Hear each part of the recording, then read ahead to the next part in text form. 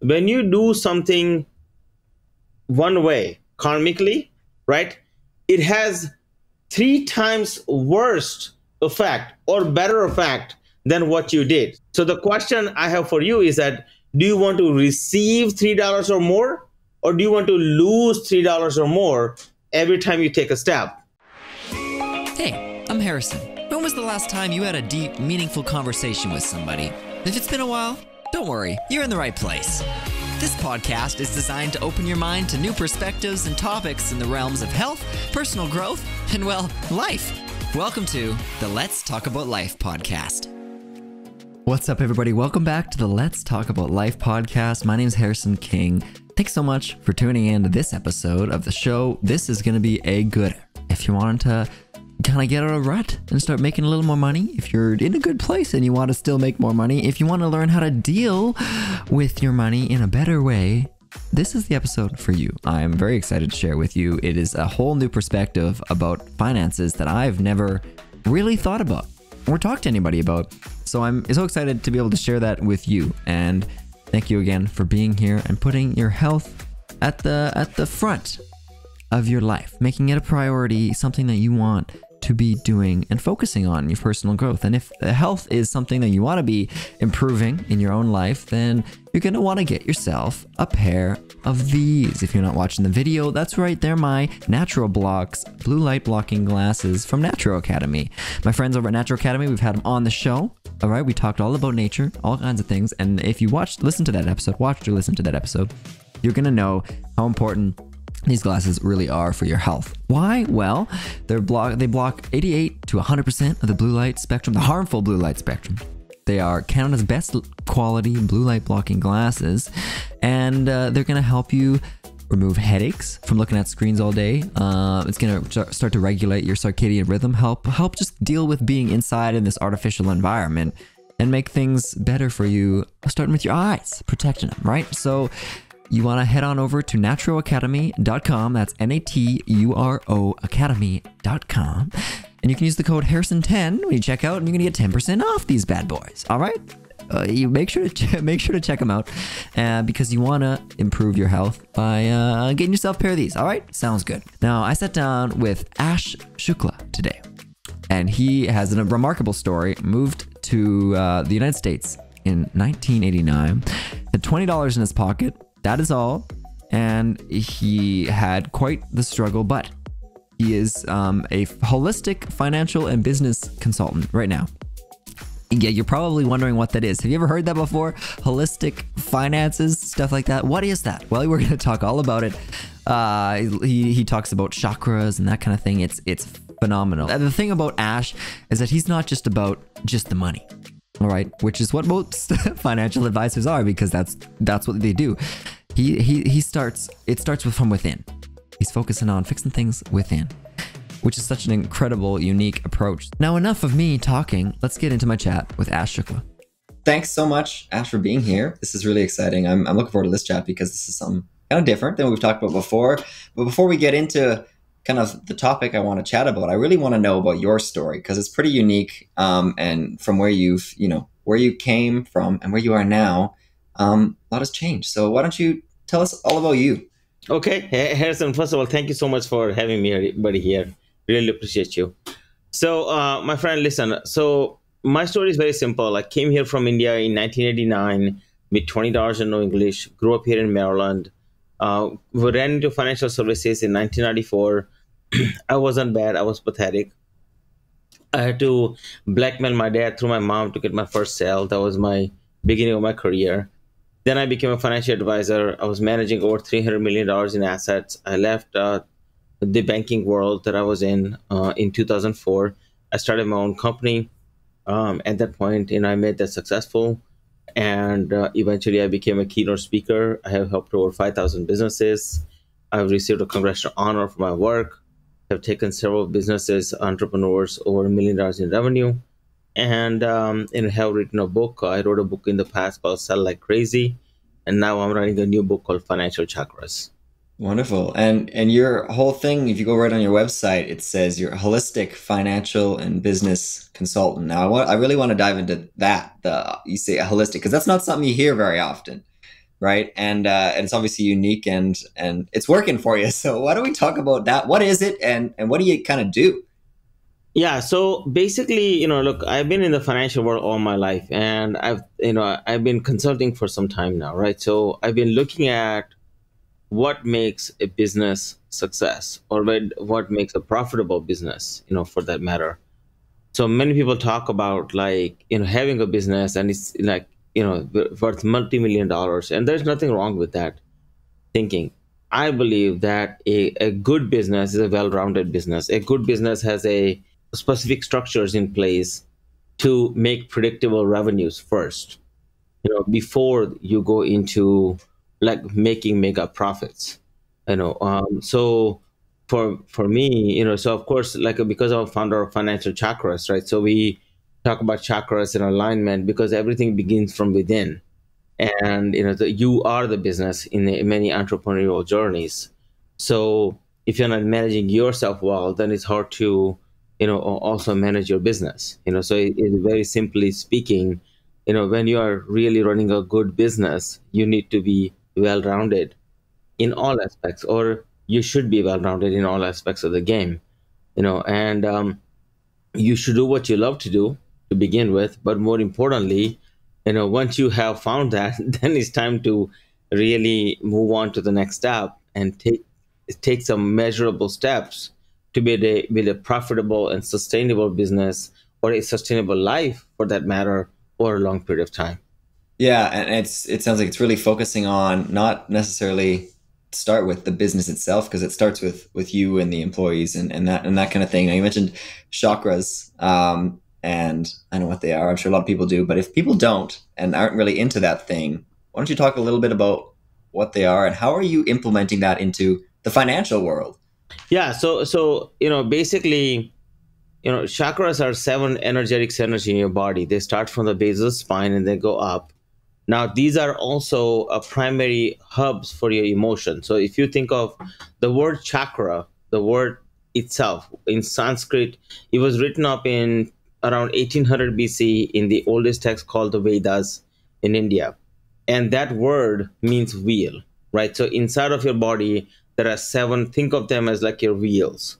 So in a car, when you take a look, when you open up the hood, you see an engine. So engine is intertwined with with all the different things, right? So if one thing doesn't start, the rest doesn't work. It's a similar with chakras. So these seven chakras, they start from the base of the spine as number one, and then they go up as number seven. So when you look at these chakras, the hubs, that's also, physically speaking, that is where majority of your nerves meet. So, like, when you talk about emotions, right? Each chakra holds certain emotions. So when you are feeling angry or anxiety or certainty, or you're feeling like one day you just feel ambitious, right? Or something of that nature. These are all of your chakras being affected by internally.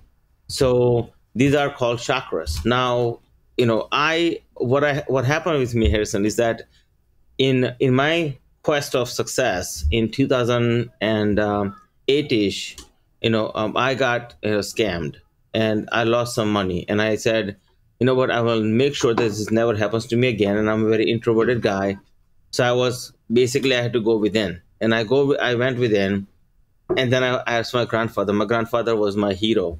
So when I was born, my mom had a postpartum depression, so they put me with my grandfather. So he was like, we talked about yoga, meditation, life, business, pretty much everything. So one day we were talking about chakras, and then I broke down because I'm an introverted guy. This had happened and it was really bad for me. So it hit me emotionally. So I asked him a question. I said, grandfather, like, has anybody? So he helped me with my chakras, and he helped me get them aligned. And what happens is, when chakras are in alignment, your success rate goes up, much faster. So what happened was, once I got aligned and really got together, my success, like, literally, my business was at about 5 million at that time. And I was like, hovering around 5 million. I had, this was my, fourth year in the business. And then, so I was doing about 5 million, which is decent, for any business, right? So, then this happened. So like emotionally, I was hurt. So I was steady, but I wasn't growing, right? Like I was on a growth path. So what transpired after that is that once he aligned me, properly, I was able to take my business from that to over 10 million. Now the question is, so then I asked him a question: has anybody proven how chakras exist in finances? And he said that has never been done before. So I took 7 chakras, I did over 5,000 plus combinations, and I found for the first time when you put them in specific order, how they exist in finances, in your money. So what I then I went into basically expansion of that, after that. But that's the synopsis of chakras and how I came about other things. But That's so interesting to me because it's not something that I think people would inherently, especially if they're having kind of money problems, even just personally. It's not something people tend to focus on. It's like external issues or what else can I do here, blah blah blah, put my time and energy into. But very few people, I think, focus their time and energy into themselves. If somebody's in a situation where even personally, money's not really coming to them, they're really struggling and stuff. Where can we start, like, to put time into what kind of things should we focus on with our chakras and all of that to try to get out of that little bit of a rut? Because it sounds like you were there and you managed to get yourself out. What are the steps to start to get out of that place? so I think that first and foremost, I always say that find your primary chakra. And if they go to like my website soon, which will be in next couple of weeks, financialchakras.com, the website is already up. And if they need help, I'm going to do a webinar on this called 7 energies that are costing you over $2,400 a second. So like, if you really want to learn like in depth, join me in my webinar. I'm doing hour and a half, webinars starting next week. So like, if anybody wants to join, there will be ongoing pretty much throughout the year. So anybody who wants to join, they're most welcome to come. But that being said, like, one of the most important pieces is that you want to find who you are. Like, if you really dig down and understand, then you can begin to understand, what is your governing chakra or your primary chakra that's really empowering you. So most people would tell you that to attract money, work on your weaknesses. I believe that, in order for you to attract abundance, you got to work with your strengths. So like, if you really find your primary energy, and then you have to find your primary, chakra flow. So these are two different things. It's not one or the other, right? It's actually both. Okay. But once you find that, you have a pretty good understanding and get grounded in that, and make sure you grow that first before you start tackling other things. So like, if these are chakras, I'm just going to give you an example. If these are chakras, I'm just taking as an example, right? So that's your first chakra, that's your second chakra, that's your third chakra, that's your fourth chakra. And there are 7 of them like that, right? So if you were to take a look at 4 chakras, and this is your first chakra, right? Let's say that you are strong in your second chakra, and your energy flow, the way it is flowing, it's going to be in a certain manner, okay? We are human beings. We work in patterns, is the way it works, okay? So what I would suggest is, if your second chakra is strongest, I would take this chakra and make sure you work on that first and make that as strong as possible and get grounded in your power. Because what the number one mistake you would make is that go work on the weakest thing. But it's like, have you ever thought about, like, for instance, let's say that, you are going to do a workout, right? And in a workout, your knee hurts. That's going to be your weakest point, right? But your chest is, you're pretty okay with your upper body, right? So the question becomes as to, should you work with your upper body more, or should you work with your knees more, right? If you work with your knees more, you're going to strengthen them, but you also have the chance of injury much more. So versus the upper body. So when you're working with this, Harrison, anybody who is working with this, they should really focus on, find out their primary chakra, find out their primary energy flow, and go from there. Yeah, I really resonate with this and the things you're talking about. Now, finding your primary chakra can be difficult, I think, especially if you haven't ever really dived into this realm Yeah. before, right? If it's new to people. Do you have any advice to try to find that? Does it show up in certain ways? Is it easy to find? How do you get into finding really what that is to start that process? Yeah. So the first thing I would say is that if you want to find your primary chakra, the very first thing is just look up, like if you just do a simple a search, right, in terms of finding like what chakras are. Start with a base understanding. Once you have the base understanding, then you can go dive deeper into it. Now if you in doubt, you can always reach out to me, and I'm happy to just talk to you and help you in any way I can. Okay. So what do you want to do is that when you're sitting down, right, sit down one place. I don't care where you sit down. Okay. And look back at your life and look at something that you have enjoyed doing, right?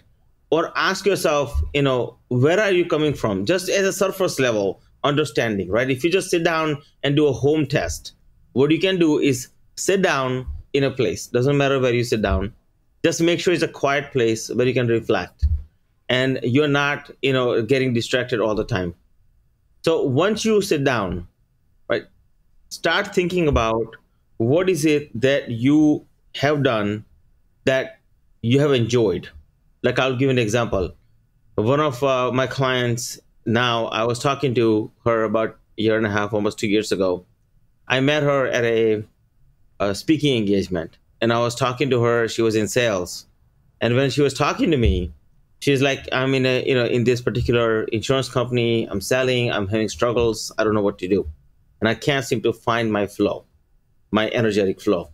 So I was talking to her, and it was clear to me, like a night and a day, that like she loved reading, she loved editing, and she loves writing.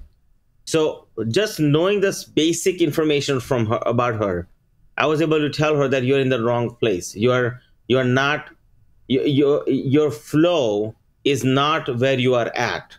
So most people try to tackle the problem at a surface level. You can't tackle the problem at a surface level. You have to know who you are. So once I made a suggestion to her that, hey, can I make a suggestion for you? And she's like, sure. And I said, have you thought about, maybe becoming a book editor or writer? And she's like, oh my God, I've never thought about that, right?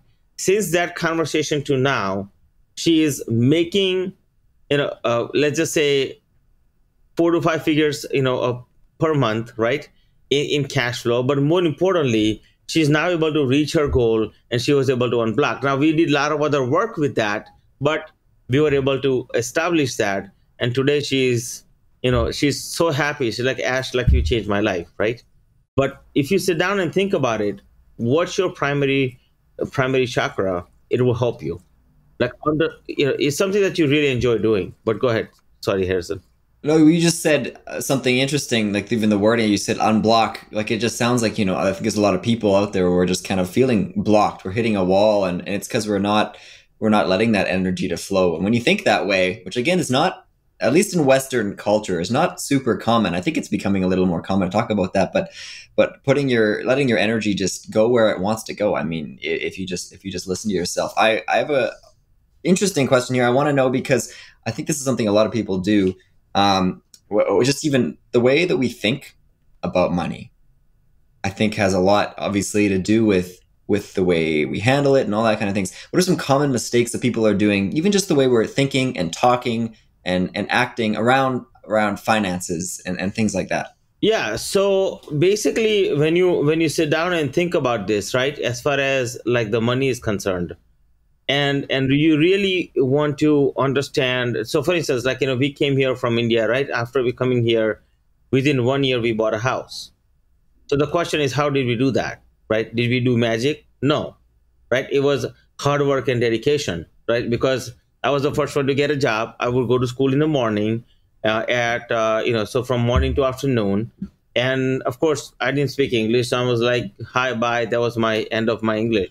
So But then I would go to my aunt's house. I would walk to my work, which was about a mile or two away, right? And I would walk to work. I would work from 3 o'clock in the afternoon to 12 at night, and then I would work next until Monday through Thursday, and then on Fridays I work from 3 o'clock to next morning on Saturday, and then I would take a few hours nap and then go back to work, right? So when you look at like accumulation of money, attracting money always takes longer than giving it away or spending it, right? So what I find is that it's like, just like even in trading or anything that you're doing, right? So for instance, if I was to work out and if I was to exhaust myself and not give myself enough nutrition while I'm working out, the net result is going to be not only weight loss, but perhaps health loss instead of a health gain, right? So it is the same thing with money. So if you're spending too much energy out into the world, a good energy that you have worked hard for and you have dedicated your life to make your life's mission to not only help yourself, but help your family, then if you want to make a difference, if your cup is only half full, there's a misunderstanding and a myth, I believe, that cup is half full. Look at cup is half full. But the problem is when the cup is half full, the cup is also half empty. And the cup is half empty, you cannot give from that cup to other people, because if you do, then you lose, right? So in order for you to really serve, you have to be overflowing. And the only way to do that is you have to understand how to manage your energies in a proper manner. The energy that's coming in, we in Indian culture, we call goddess Lakshmi, right? Lakshmi is our goddess for money. And we pray to that. My question is, for, what's your ritual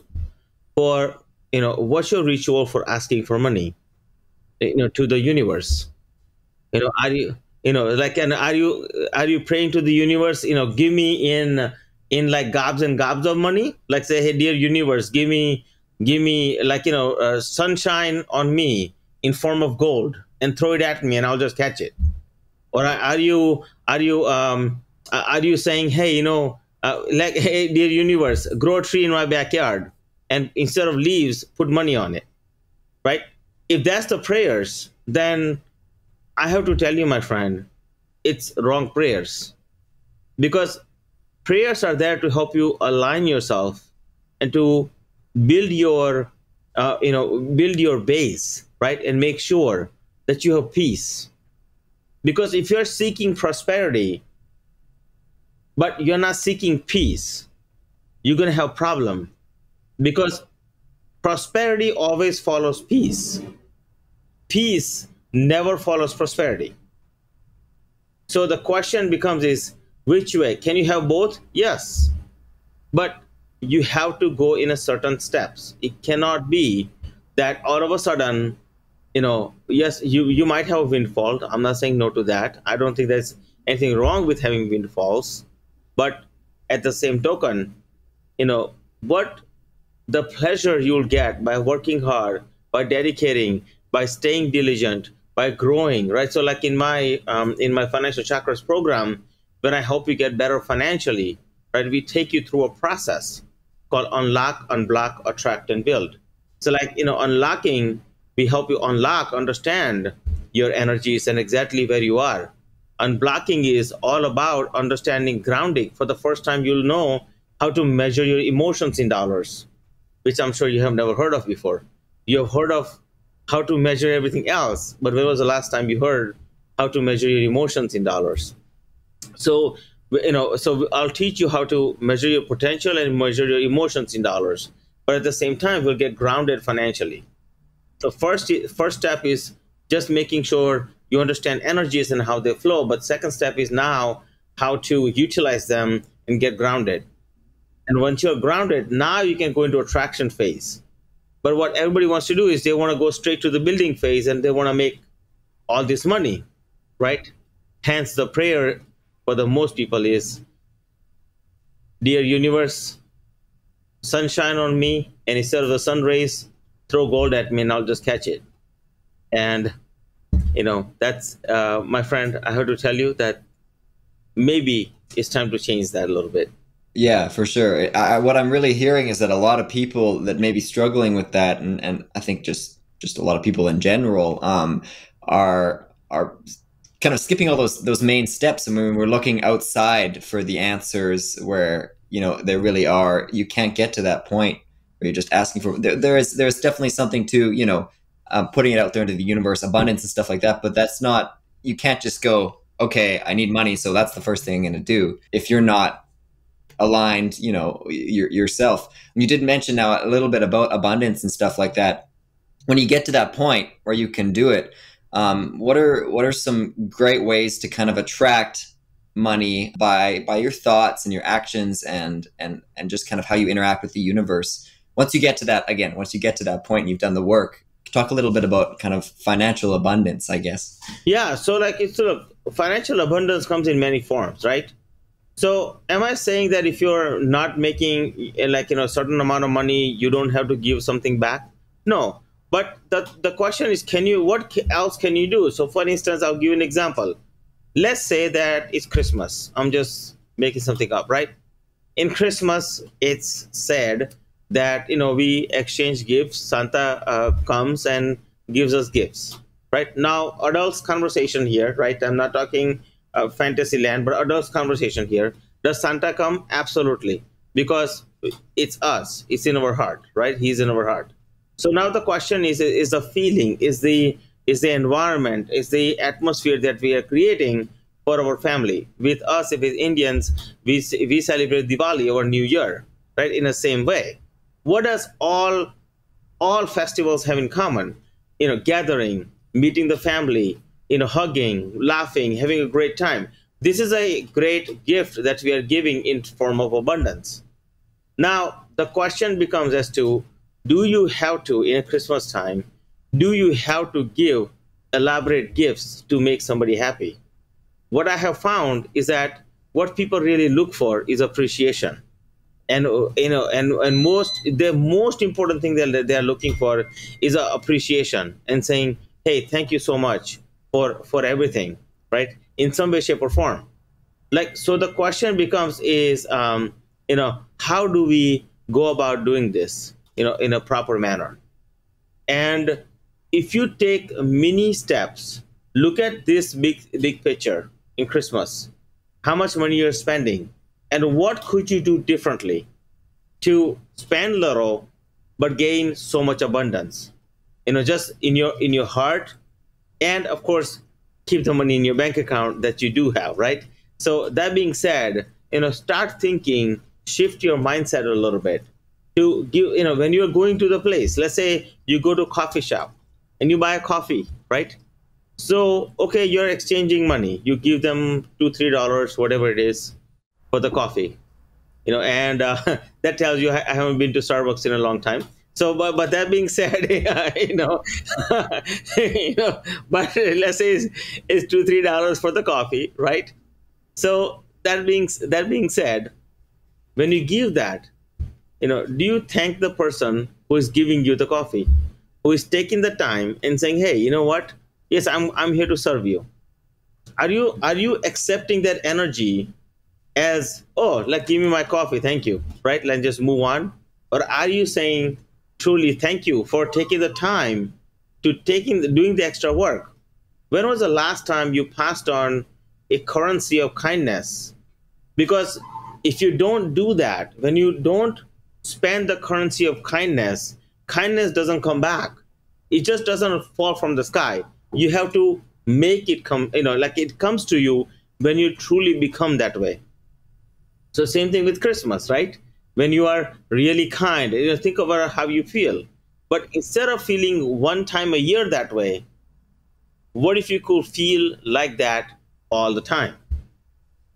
That's the question. I tell everybody, I'm telling you guys who are listening right now that I love you. Now, it's, and I love you, my friend Harrison, right? So and it's so hard to say, but I can say that because I'm fulfilled. So the question is, is that how often are you using that currency of kindness to your advantage?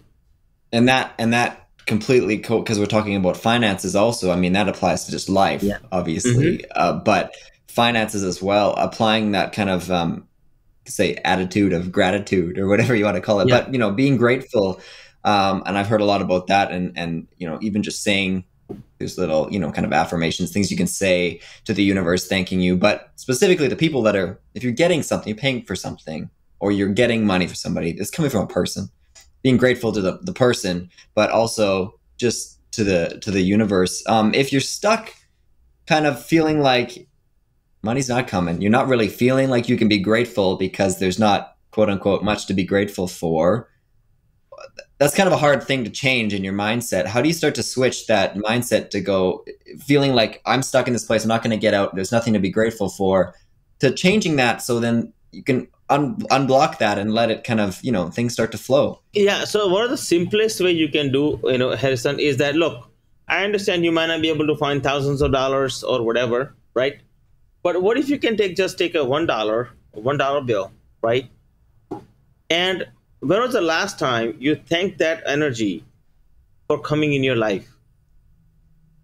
Right? When was the last time you sat down and you took that $1, you put it down on a table, maybe you frame it if you really like it, right? Maybe you can take a crisp $1 bill, go to a bank and get a crisp $1 bill, right? And when you get that, right, that $1 bill, okay, you take that, you frame it, or you put it, nearby, maybe it's by you, whatever your belief system is. Maybe you believe in, whatever system you have, right, God system, or a energy system, or spiritual place that you may have. So in the morning, right, one of the best thing you can do is that if you go after you bathe, right, you clean your body, then it's time to cleanse your mind. So every single morning, what if you took that $1 bill and you just said, "Hey, thank you so much for coming in my life today. I really appreciate you for coming here." And I pray to the universe that I really want to feel better about my financial abundance. You can make your own mantra, right? But so if you sit down and you think about it and you just pray on it, say, "Dear Lord, dear universe, thank you so much for bringing me this abundance of wealth. I really appreciate you. I love you a lot, and thank you for loving me back." When was the last time you did that? So one of the things that we do in the Hinduism is that when we believe that you should bathe in the morning, and the reason being is because at night when you go to bed, there are all the bed bugs and bad dreams and all that. So first you're bathing your body, right? But then you have to cleanse your mind and your soul. So to do that, we normally have a place where we sit down and pray. Now, in our case, we have in our house. So every single, pretty much in the at least whoever is in from India or nearby that Indian Ocean or what have you, right? We believe that in the morning you should go to a God and pray. And I believe that is important because whatever you believe in, God, spiritual being, whatever, doesn't really matter, right? So light up some candles in the morning. Maybe you have some incense, you start, right? Have a space that where you're doing this. And what happens in this space is that over time it becomes such a cleansing environment that anytime you're feeling bad in anything in your life, you can walk in this space and it will instantly change all the energies around you, just like that, right? So I would say start creating that and start attracting the abundance by just saying, take a $1 bill, sit down, in some place, maybe start some candles or some incense, whatever your heart desires, and you just say, "Dear universe, thank you so much for a dear energy, this dollar energy, right? Thank you so much for coming in my life. I really appreciate you. Dear universe, thank you so much for giving me this energy. And I love you a lot. And I want to just make a difference so that I can attract more energy just like this." That's so interesting to me because I mean, I know people, I think we all know people, when specifically money, isn't coming, or they're kind of not feeling like they have much. It's like they're mad at the money for not having enough money, which is completely what I'm hearing.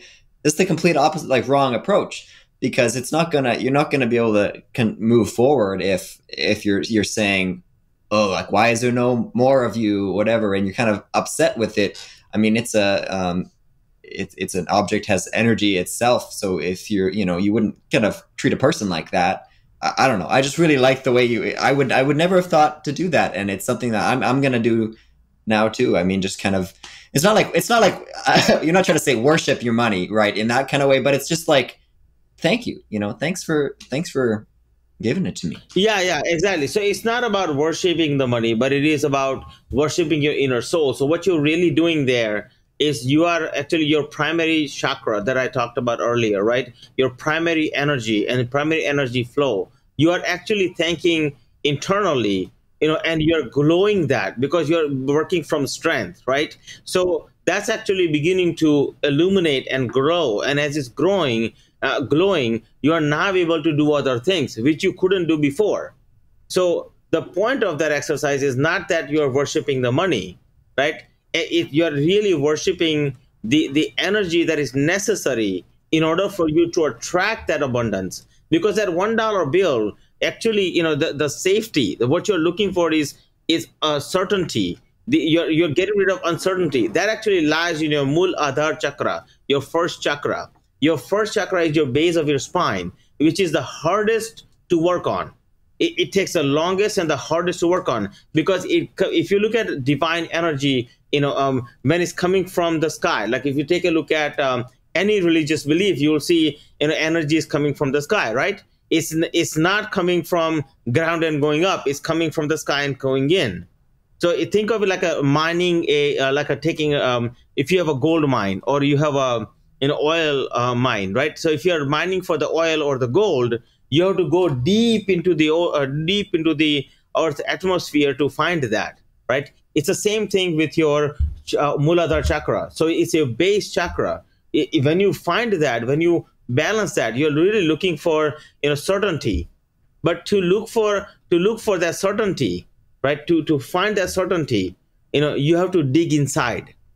And what you're doing is you are beginning to dig inside so that you can begin to have the balance you're looking for, because you are in an uncertain space. You want to go to certainty. How do you do that? Right? To do that, you would have to do it in this way. So that's what I'm saying to you, Harrison. It's not about worshiping money, but it is about balancing yourself and really getting yourself grounded in a way so that it makes sense. And not seeing, really changing the way we think about it. Like I said, in specifically, this culture, this society, we're so focused. It's like an external thing that we're trying to grab for and reach for, right? And it really, the way you're describing it, I mean, it really starts within you. If you're not, it's not going to come to you, if you're not set up for that. I have well, I'm wondering if all money is good money, because money is money is just money, but is it always? Like sometimes you attract money, you're getting money, you're giving money, or whatever. Is all money good money? That's the question. Yeah, so that's a very interesting question. Thank you for that. Okay, so the thing is that, look, if you are taking money from somebody, you're really taking advantage of somebody, right?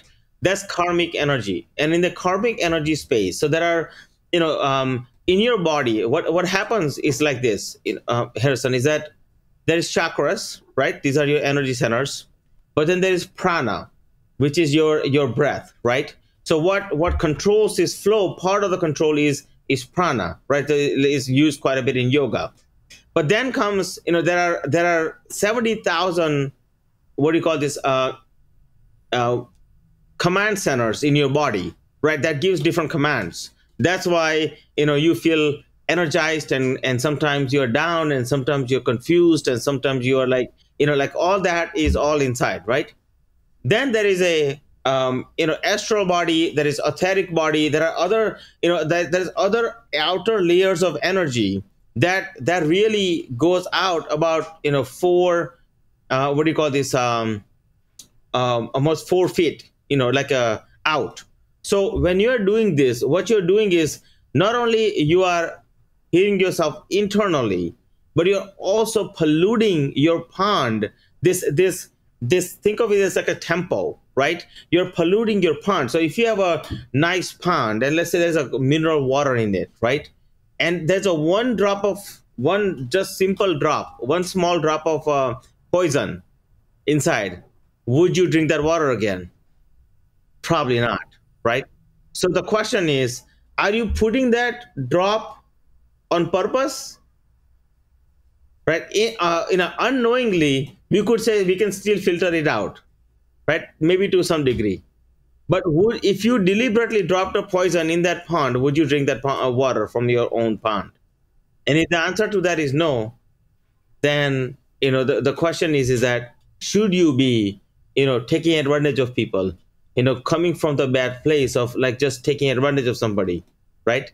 And would you ever do that to yourself? If somebody did that to you, how would you feel? So that's something to think about, because people do, like the guy who scammed me, right? He will never be able to live a good life. He's in jail right now. He will never be able to live a good life, right? Even if he wants to, he cannot honestly live that way. Could he be resurrected and maybe someday he will change? Perhaps, and I hope so, right? But that little pollution that he created for himself, he will pay forever for that in some way, shape, or form. For sure. And how about receiving money? That may other ways we can kind of pollute that that water. We're kind of talking about our own energy by receiving certain types of money that maybe we shouldn't, or yeah, you know what I mean? I mean, obviously not, because so it's like this, right? With energies, it's karmic.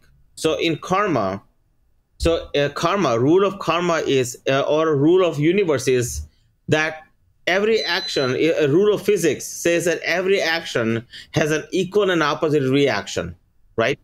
So with karma is actually, there's a saying, karma is a blank, right? There's a reason for that.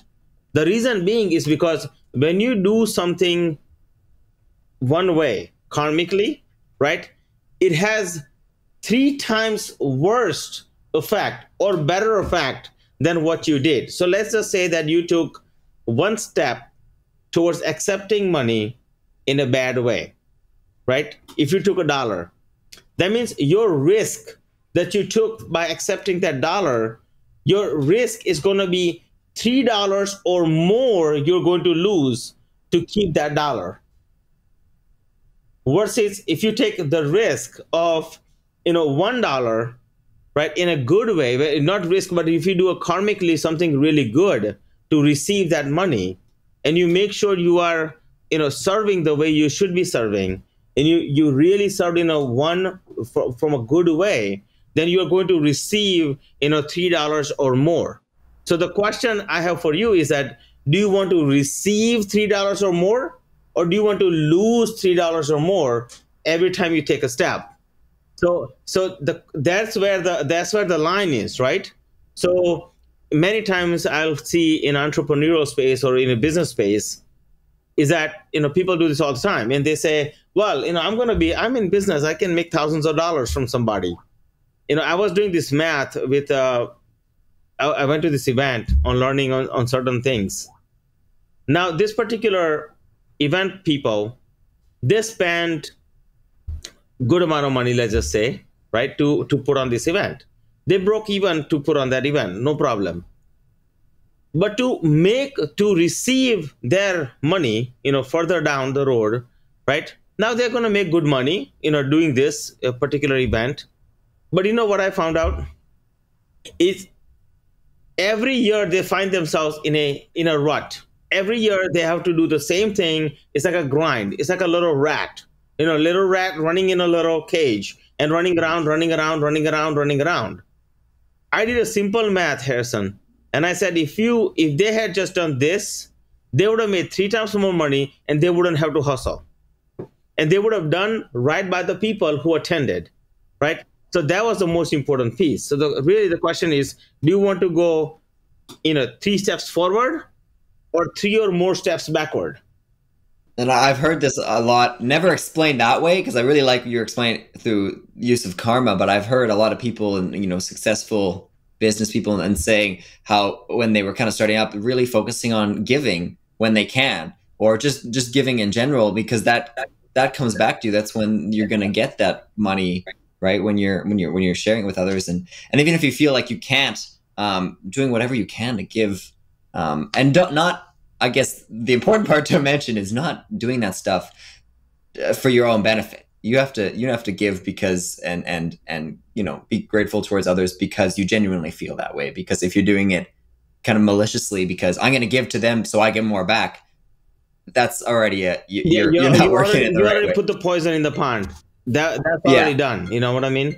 Yeah. The poison is already there. Yeah. Yeah. As we come to the end here and wrap up, I want to kind of just give you the floor because you've got a lot of information, a lot of things to share. Anything in specific you kind of want to just share to the audience that's listening? Absolutely. I wanted to let them know that I love you. I really appreciate you guys. And I would just want to make a difference in your life. And my friends, if you ever want to reach out to me, find me on financialchakras.com. So it's financial chakras, CHAKRAS, chakras.com. And or if you want to find me personally, you can find my personal website, ashshukla.com. So ASHSHUKLA.com. Feel free to find me. I'm happy to help you, my friends. And I want to tell you that it is my prayer to the universe to may it give you all the abundance that you deserve. Health, wealth, happiness, and a fantastic life that you deserve. That is my prayers from me to you and your family. And I hope all of you stay safe. That's beautiful. Thank you so much. Thank you for coming on here and sharing this hour with me and with everybody out here. I really, really appreciate it. And I've learned a lot, and I'm glad that we could kind of start a new friendship also today, which I'm really appreciative of. I'm going to put all the links to everything you just mentioned down so everybody will be able to click on them. And I hope that people reach out to you because you're wonderful to chat with, and obviously you really know what you're doing, which is wonderful as well. So yeah, thanks again so much for chatting with me. Thank you so much, Harrison. Really appreciate you, buddy. Hey everybody, thanks so much for listening to this episode of the podcast. I hope you really liked it. I mean, it was totally new perspective. We're talking about, the show's about getting new perspectives and learning new things. I mean, a lot of us probably haven't heard of holistic, business, finance stuff. So it's such a unique way of thinking about it. If you did get a lot from this and you want to, get in touch with Ash or see more of what he's done, you can go to his website is ashshukla.com, ASHSHUKLA.com, or financialchakras.com. You can check out both of those. His book is Sell Like Crazy. It's on Amazon and all that kind of stuff. And then his new one is Financial Chakras. All right, so make sure you check those out. Check him out. You can follow him on Facebook and LinkedIn and all that kind of stuff. All those links will be down below. Now, I hope you have a phenomenal rest of the day, rest of the week, and I hope money is flowing to you. And Ash said it, and I want to say it. I love you guys. Thanks so much for listening. It means the world to me that you're taking time out of your day. Check it out. So have a great rest of the day. Keep loving life, and we'll chat with you later. For more information about this episode or the show itself, head on over to harrisonkingofficial.com. There you'll be able to find the show notes, transcriptions, and videos for every episode. Be sure to follow us on Instagram at Let's Talk About Life Pod. Now get out there and have a deep, meaningful conversation in your own life. We'll chat with you next time.